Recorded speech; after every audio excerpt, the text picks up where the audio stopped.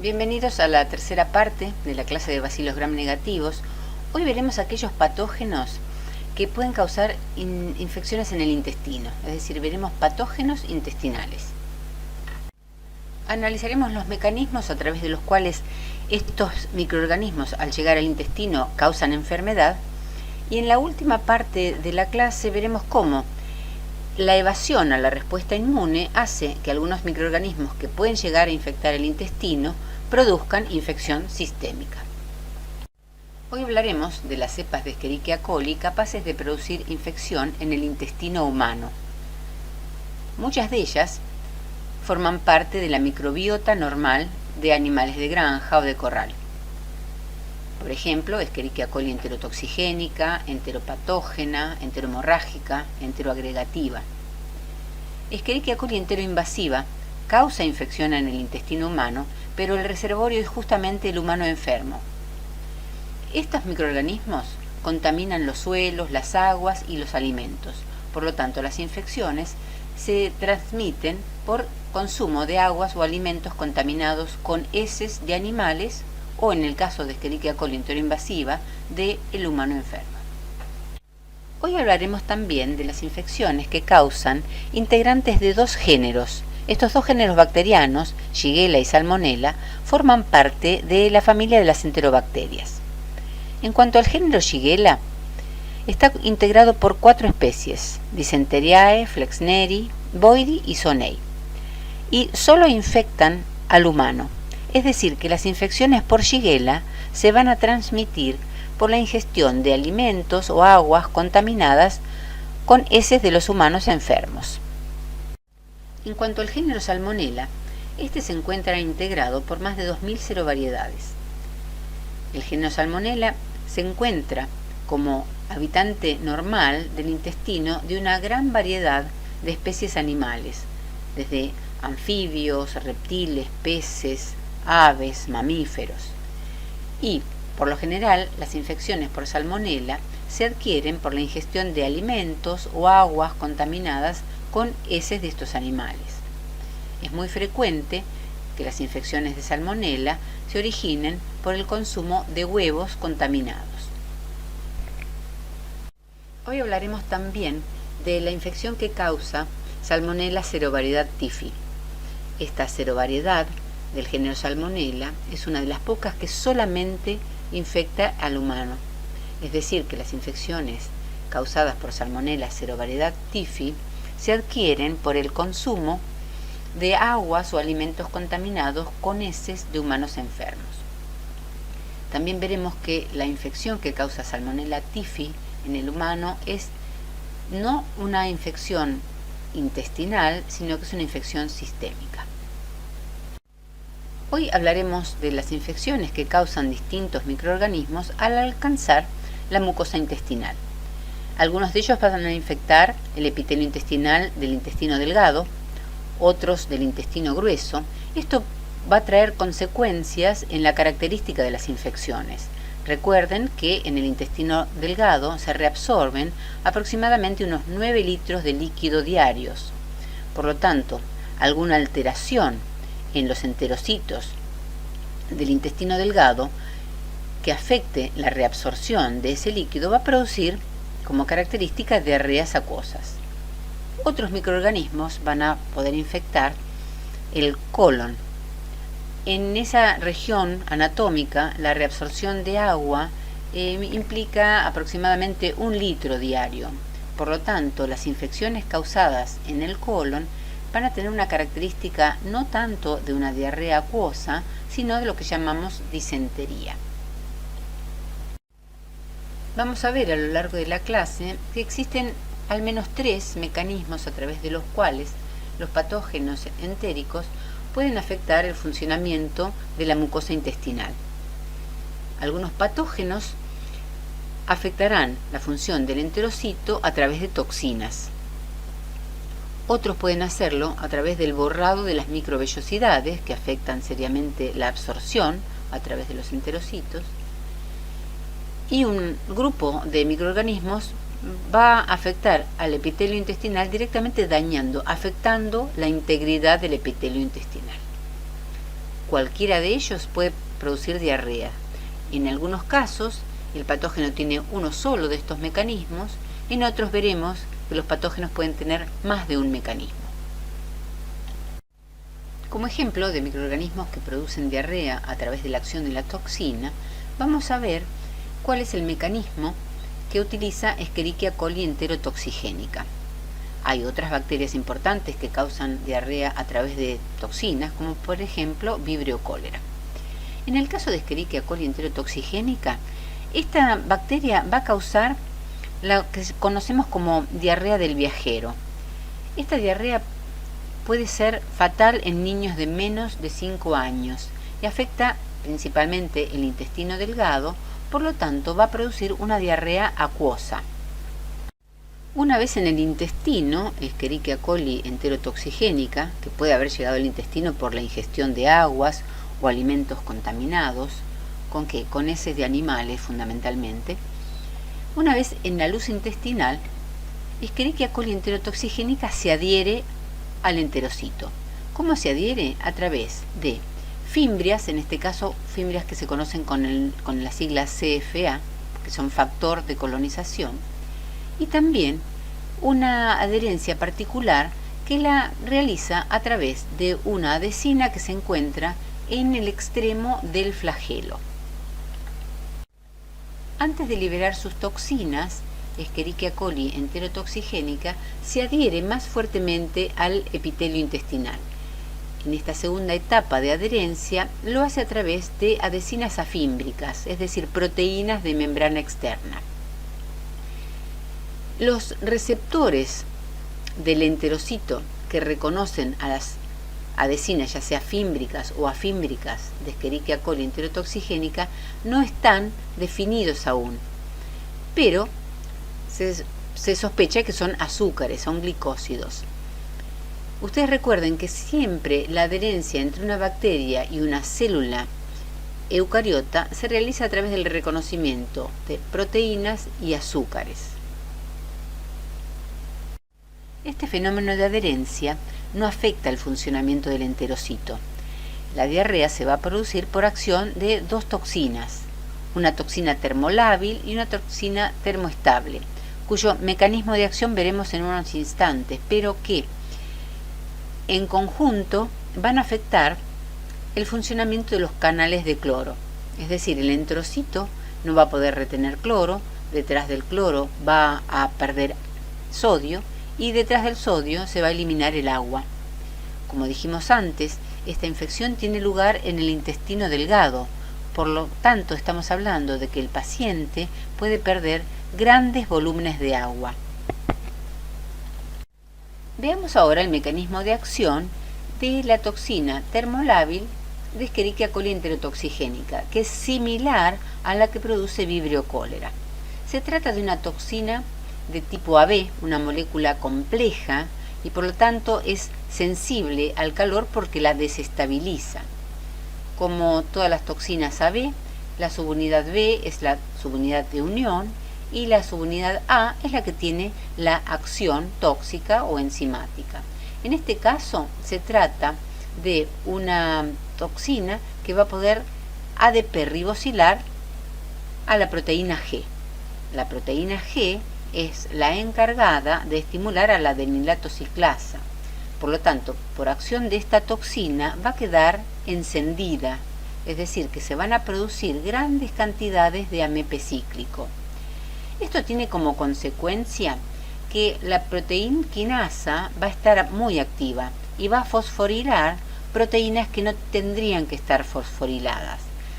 Recuerden que los niveles de AMP cíclico son sensibles, son muy sensibles para la célula eucariota, justamente por este fenómeno.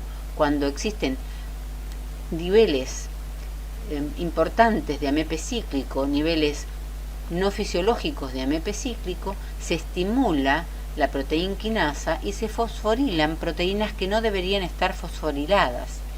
Este es el caso de las proteínas que conforman el canal de cloro, conocidos como CFTR.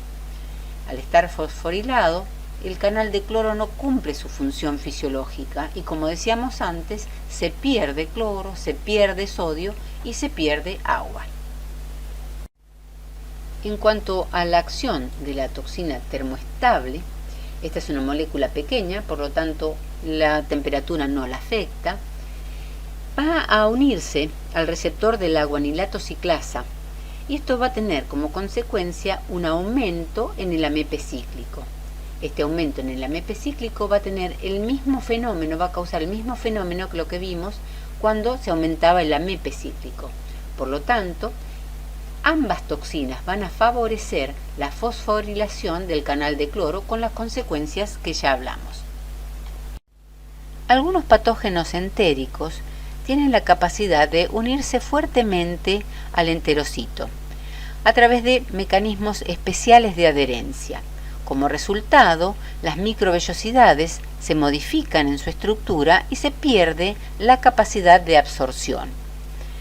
Si esto ocurre en el intestino delgado, estamos hablando de una falla en la reabsorción de grandes cantidades de agua. Por lo tanto, el paciente puede sufrir una diarrea acuosa que lo lleve a la deshidratación. Esto es así en el caso de Escherichia coli enteropatógena, que está asociada a la diarrea infantil. Veremos ahora, con un poco más de detalle, cuál es el mecanismo a través del cual Escherichia coli enteropatógena es capaz de producir el borrado de las microvellosidades. Al llegar al intestino, la bacteria comienza una serie de pasos de adherencia. Comienza con una adherencia lábil, en la cual es protagonista la fimbria BFP. Esta es una fotografía tomada a través del microscopio electrónico, donde se ve el cuerpo de Escherichia coli enteropatógena y la estructura de la fimbria BFP. Como ustedes pueden apreciar, es una estructura importante de esta fimbria. A través de esta fimbria, la bacteria va a ser capaz de adherirse entre sí y de adherirse al epitelio del intestino. El receptor intestinal, que reconoce a la fimbria BFP, se pierde con los años. Por lo tanto, el individuo adulto difícilmente sufra infecciones por Escherichia coli enteropatógena. Este es el motivo por el cual Escherichia coli enteropatógena se la asocia a las diarreas infantiles. A partir de la adherencia lábil, comienza una segunda etapa en la cual Escherichia coli enteropatógena se une fuertemente al epitelio intestinal. Esto lo lleva a cabo a través de una proteína, la intimina, que es una adhesina afímbrica. Lo interesante es que el receptor para esta proteína, llamado TIR, no es parte de la membrana del enterocito, sino que es la propia bacteria la que inyecta dentro del enterocito el receptor para que éste lo exprese en su membrana. Como consecuencia de la interacción entre la timina y el receptor TIR, se produce un reordenamiento de los microfilamentos de actina que cambia la estructura del enterocito y se produce el borrado de las microvellosidades. En este esquema podemos ver cómo Escherichia coli enteropatógena introduce en la célula del huésped el receptor TIR para que éste sea expresado en la membrana y sea reconocido por la intimina. Esto lo lleva a cabo a través del sistema de secreción tipo 3, que son literalmente jeringas que la bacteria construye en un mecanismo complejo de ensamblado de proteínas, muy parecido al ensamblado con el cual la bacteria construye su flagelo, y que le permite a la bacteria introducir en la célula del huésped moléculas o sustancias que son hidrofílicas, que de otra forma sería imposible que atravesaran la membrana de doble capa lipídica. El mecanismo de borrado de microvellosidades que hemos visto recién para Escherichia coli enteropatógena es compartido también por Escherichia coli enterohemorrágica. Con pequeñas diferencias de fosforilación de alguna proteína, Escherichia coli enterohemorrágica produce exactamente la misma afectación de los microfilamentos de actina del enterocito que llevan al borrado de las microvellosidades y afecta así el intercambio de iones y el transporte de agua. Alguna diferencia respecto a Escherichia coli enteropatógena es que Escherichia coli enterohemorrágica infecta las células del colon y que además produce una toxina que no produce Escherichia coli enteropatógena, que es la toxina similgiga. Esta toxina, cuyo mecanismo vamos a ver en las próximas diapositivas, está codificada en Escherichia coli enterohemorrágica a través de un fago en lisogenia.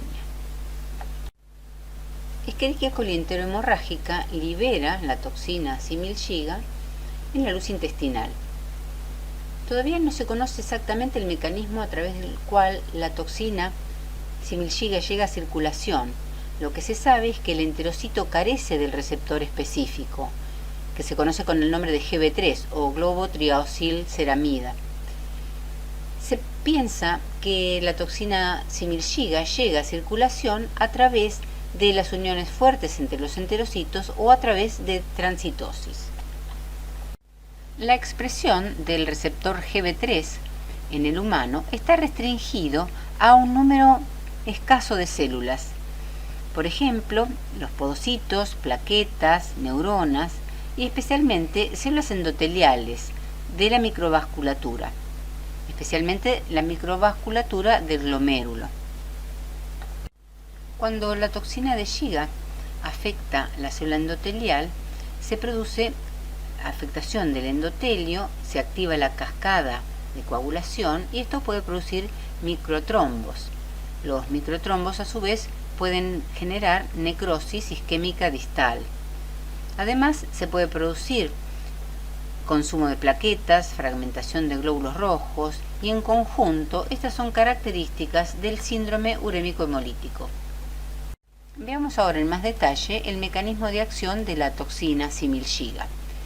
Es una toxina de estructura AB, donde la subunidad B es la subunidad de unión. Dijimos que el receptor es el GB3. Cuando la toxina alcanza una célula blanco, como en este caso el ejemplo es la célula endotelial, y es reconocida por el receptor, la toxina junto con el receptor es endocitada en una vesícula. Esta vesícula luego es procesada por el retículo endoplásmico y se libera la subunidad A, que tiene una acción sobre la síntesis de proteínas, ya que afecta los ribosomas. De esta forma, la acción de la toxina de Giga o similgiga es la de interrumpir la síntesis de proteínas y por lo tanto se genera la muerte de la célula afectada. Los mecanismos de patogenia que vimos hasta el momento no afectan la integridad del enterocito, por lo tanto no afectan la mucosa intestinal. A partir de ahora vamos a ver patógenos que causan diarreas por causar daño en el epitelio intestinal. El primer ejemplo que vamos a ver es el de Escherichia coli enteroagregativa. Esta bacteria produce el daño en el tejido en 3 etapas. La primera es adherencia, luego la elaboración de toxinas, enterotoxinas y citotoxinas, y por último la inducción de la inflamación. En el primer paso de adherencia, la bacteria se va a unir al enterocito a través de adhesinas fímbricas y afímbricas. La adherencia tiene lugar tanto entre la bacteria y el enterocito como entre las bacterias entre sí. Esto da origen a una malla muy similar a una biopelícula. La formación de esta biopelícula se relaciona con la capacidad que tiene Escherichia coli enteroagregativa de permanecer durante largos periodos en la superficie del epitelio intestinal y se asocia a su vez con la producción de diarreas prolongadas en niños. Una vez establecida la biopelícula sobre el epitelio intestinal, la bacteria comienza a afectar el epitelio por acción de las toxinas. Escherichia coli enteroagregativa produce distintas toxinas. Algunas son enterotoxinas de acción similar a la que hemos descrito para Escherichia coli enterotoxigénica, que está relacionada en realidad con la producción de la diarrea acuosa. Pero otras son citotoxinas formadoras de poro, que lo que van a hacer es favorecer el desprendimiento y la extrusión de las células del epitelio intestinal. Finalmente, la persistencia por periodos prolongados de esta biopelícula formada por Escherichia coli enteroagregativa genera una respuesta inflamatoria en el intestino que está caracterizada por la secreción de interleuquinas, tanto interleuquina 8 como interleuquina 1b. Estas citoquinas pueden ser encontradas con frecuencia en las heces de individuos infectados, tanto niños como adultos. En este diagrama vamos a analizar el mecanismo de patogénesis de Escherichia coli enteroinvasiva y de los integrantes del género Shigella. Los estudiamos juntos porque realmente son indistinguibles. Se trata de patógenos que no poseen flagelo, son inmóviles y son patógenos netamente humanos. Infectan solamente al hombre. Por lo tanto, la infección por Shigella o por Escherichia coli enteroinvasiva se va a producir cuando el individuo ingiere aguas o alimentos contaminados con heces de individuos enfermos. Una característica de estos patógenos es que no van a encontrar el receptor en la membrana apical del enterocito, sino que el receptor está en la membrana basal del mismo. Por lo tanto, a partir de la luz intestinal, tanto Escherichia coli enteroinvasiva como Shigella van a atravesar el epitelio intestinal realizando transitosis a través de la célula M y escapando de la célula del sistema inmune, ya sea esta un macrófago o una dendrítica. Una vez en la membrana basal, el patógeno encuentra su receptor, interacciona con el enterocito y de esta reacción se va a realizar una polimerización de la actina, se van a afectar los filamentos de actina. Esto termina con la deformación del enterocito que engolfa la bacteria y la incorpora al citoplasma. Tanto Escherichia coli enteroinvasiva como Shigella son capaces de escapar de la vacuola endocítica y quedar libres en el citoplasma. Una vez allí, y a través de proteínas efectoras, logran el rearreglo de microfilamentos de actina en uno de sus polos. De esta forma se proveen de una estructura de movilización estas bacterias que de otra forma son inmóviles porque carecen de flagelo. Imaginemos que esta estructura de microfilamentos de actina actúa como un elástico, contrayéndose y expandiéndose y confiriéndole movilidad a la bacteria. De esta forma, estas bacterias hacen protrusión en la célula adyacente, provocan la desestabilización del epitelio y lo destruyen. Como un último ejemplo de patógenos entéricos que causan daño en el epitelio intestinal, vamos a ver la patogenia causada por Salmonella, Cerovariedades tifimurium o Enteritidis. Estos microorganismos, al llegar a la luz intestinal, interaccionan con el enterocito y a través de un sistema de secreción tipo 3 inyectan en la célula eucariota efectores que producen el reordenamiento de los microfilamentos de actina. A partir de ese reordenamiento de los microfilamentos de actina se van a producir distintos fenómenos. Uno es la desestabilización de las uniones fuertes entre los enterocitos. Otro fenómeno que ocurre es el engolfamiento de la bacteria por deformación de la membrana del enterocito.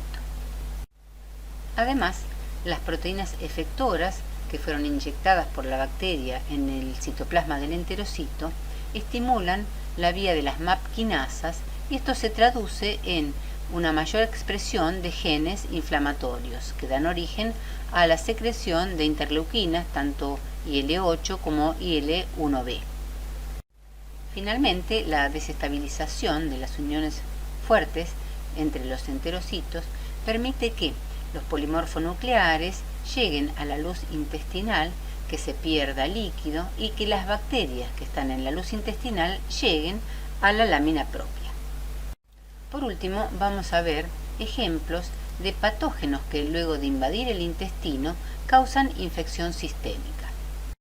A diferencia de lo que ocurre con las serovariedades Enteritidis y Typhimurium, al ser ingerida la serovariedad Typhi de Salmonella, no se genera una fuerte respuesta inflamatoria en la submucosa. Esto ocurre porque Salmonella Typhi no es reconocida por nuestro sistema inmune y puede, desde intestino, pasar a circulación, producir una infección sistémica que compromete, entre otros órganos, al hígado, al vaso, a hueso y a cerebro. Esto ocurre porque, a pesar de tener lipopolisacárido, Salmonella Typhi tiene un antígeno capsular, es decir, tiene cápsula que enmascara la molécula de lipopolisacárido y este no es reconocido por el TLR4. Este mecanismo de evasión a la respuesta inmune es compartido por el género Brucella, compuestos por bacilos gram negativos, pero que no pertenecen a la familia de las enterobacterias. La brucelosis es una enfermedad zoonótica que se transmite al hombre por los animales. Al ingerir Brucella, el individuo no genera una respuesta inflamatoria en el intestino, a lo mismo que ocurre con Salmonella Typhi, y Brucella produce una infección sistémica. En el caso de Brucella, la falta de reconocimiento de su lipopolisacárido por el TLR4 no se produce por enmascaramiento, como en el caso de Salmonella Typhi, sino que se produce por un cambio en la composición de su lípido A, donde aparecen cadenas más largas de ácidos grasos. Este cambio en la composición del lípido A hace que no sea reconocido por el TLR4 y no se genere la respuesta inflamatoria. Otro mecanismo de evasión que comparten ambos patógenos es la capacidad de evitar que el TLR5 reconozca su flagelina. En el caso de Salmonella Typhi es porque la reprime, en el caso de Brucella es porque modifica su composición. Resumiendo, hemos visto hoy cómo los patógenos entéricos tienen distintos mecanismos a través de los cuales producen diarrea.